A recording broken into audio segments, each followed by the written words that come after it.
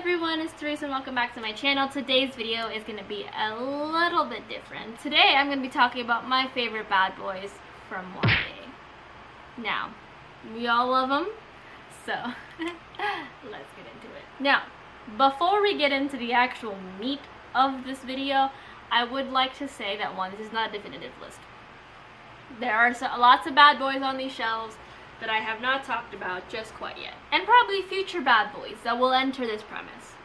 And then point number 2 is that I'm gonna redefine what I mean by bad boy. I don't mean Mr. Grey from 50 Shades of Grey or Hardin Scott from After. No, I'm not talking about those abusive bad boys. No, we are talking about the bad boys that have a heart and that are mysterious and off to the side and people tend to stray away from, but have a heart and are definitely much like Jem and will probably just rip the corset in half. Those bad boys. So, let's get into it because I'm already giggling thinking about these guys. Granted, I think there are two bad boys on this list that do fit in the list of like very abusive assholes, but I just included them just for shits and giggles so we have something to compare it to. The first bad boy on this said list is the Darkling from the Shadow and Bone trilogy. Now, like I said, I have two here that are actually pretty terrible, and the only reason I like them is just because they seem like they'd be very yummy. Like, they can break my heart, but I probably will dump them like right after the Devil's Tango is done. You know. But the Darkling is just terrible and horrible, but I love him for it, and it's a horrible, horrible thing for me to have. Like, I think on the list of like love interests that should not have been a thing, the Darkling was one of them, but Mal was somehow even worse. So we're just gonna choose the Darkling because somehow he's the better option. But he's like a bad boy that's like an actual bad boy. Like, he's literally the villain of the series, but I love him anyway. The next actual bad boy is Cal from the Sweep series. Cal is the first love interest, and he later becomes part of a love triangle in the later books, but I love him because he's literally like the mysterious boy that you meet that's like super sociable and has like this really kind of edge to him that you just love, and then you learn that he's actually the actual bad guy, and then you don't love him anymore. And I don't know, I get so mad, and I'm gonna be rereading this series, so I'm just gonna get so mad when the reveal happens that I'm just sitting here like seething, but also I adore him. It's unfortunate, but here we are. We're gonna move on to the actual like good bad boys, and the top tier good bad boy is Rhysand from the Court of Mist and Fury.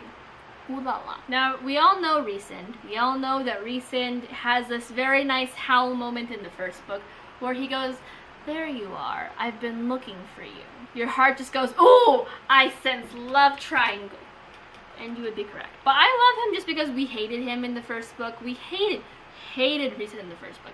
In the second book, it starts to warm up to us, and then by the end, you're sitting here like, can I touch the wingspan? And he's a bad boy for all the right reasons. He pretends to be this terrible human being to protect his people of the Night Court, to protect Feyre, just to protect everyone, and then you find out he has this really good heart, and he's actually really sensitive and cares about your feelings and the consent of the things you guys do while doing the Devil's Tango. So like, we give Rhysand top tier bad boy status.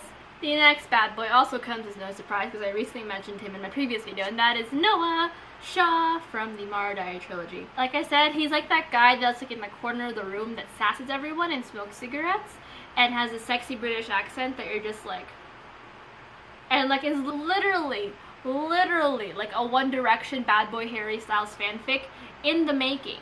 But he has a good heart and he cares about Mara and like is very protective over her, but doesn't stop her from doing the things she needs to do. And it's just, we love ourselves, Nanashaw. The next bad boy is actually pretty much like a nice bad boy, but also kind of questionable at times, but I'm too lazy to find my cover of the book, and I'm gonna have to go with Ronin from the Raven Cycles quartet. We all love Ronin. He's literally this tragic bad boy who breaks things and gets in fights and has daddy and mommy issues combined. But at the end of the day, he protects his best friends, he protects the love of his life, and he's still somehow an asshole while doing it. He's also hella gay. So let's just clap for that, like, for that gay representation in the bad boy fiction, because I can, like, at the current moment, my library is still pretty small, so I can't tell you if there are a lot of like gay bad boys. But Ronin, we love him. We love Ronin. The next lovely little bad boy is from one of my favorite paranormal series of all time, like top tier, and that is Ash from the Night World trilogy. He's from Daughters of Darkness. He was a side character slash kind of like the antagonist in the first book, and then we'll start to love him more in the second book. He's just this spoiled brat of a boy who has this concept of like family honor in his head, and then we get to know him, and he's actually a sweetheart, and like he like adores Marionette even though he knows he shouldn't. Ash is just amazing, and I want to know what happens to him, and he like goes on this quest to be a better person for Marionette, and I am trash. I belong in La Basura. The next bad boy is also part of the Night World, and that is Morgrid from the Night World series. He's part of the Huntress. He is a vampire who is like part of this vampire gang, and like he's like this super sweet boy who was like kind of thrown in the outskirts as a vampire, like they weren't very loved in the community, and then he becomes this really angsty boy, and what is with middle school Therese and emo boys? Because let's face it, Risa definitely listened to some alternative kind of music, very emo music, and now we have Morgrid, and then Ash definitely also listened to that. Wow, do I have a problem? It's fine. I like emo boys apparently. It's apparently a phase I have not grown out of just quite yet. Apparently piercings and tattoos and boys who like lots of guitar and heavy drums are boys I like. But yeah, I like him just because he's literally an asshole for this entire thing.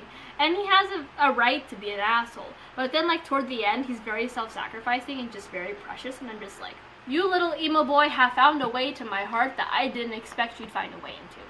There's also Quinn from the second Night World, like bind up. Gosh, the Night World series really just fed into like my dark and mysterious preference of like men, and like the childhood lovers, and then the emo men, and it's fine. I'm having a crisis. It's fine. I'll just lay on the floor after this video. Damn it, stinking bad boy emo things.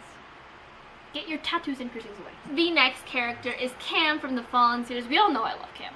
We all know this from the minute he was described, with the little sunburst tattoo, his long hair pulled into a small ponytail, and then his pouty lips that girls would just die for. He's a bad boy in the sense that he's literally one of the bad guys in this first book, but then he turns into a good guy, and then like we see him start to fight for everyone, and I'm very attracted to leather-bound Cam. Like a leather-clad Cam. Like he is a bad boy that I just adore so much, and I can't even tell you why. I just can't. Like literally every time I read the first Fallen book, I'm always like, damn, Cam and Luce are all the way. Even though we all know it's Cam and Daniel from beginning to end. And it's just like, I get so mad at Luce for not even giving Cam a chance, but I'm like, I get it. But also, Cam, I feel like this is literally just a video of me going, yep, I love little emo boys, and I'm just like, wow. Things have not changed. But yeah, Cam, top tier bad boy. He I don't think he literally, he has a heart of gold, but you don't really see it. He just kind of buries it deep in there, which I'm okay with, because as long as he has a heart of gold around the girl he loves, no one else matters. The last boy I'm going to talk about isn't actually, he qualifies as a bad boy, but also doesn't, and that is Thomas Cresswell from Stalking Jack the Ripper series. He is, I believe he's green-eyed, and he has a nice lovely British accent, and he likes true crime and solving mysteries, and he's literally the guy that 10 out of 10, if I met him and he just started spewing shit, I'd be like, okay, you're an asshole, I'm not gonna like you, and then somehow we'd end up in a romance, like a fan fiction romance where it's like a enemies to lover situation. with lots of pining. Lots of pining. But I love him.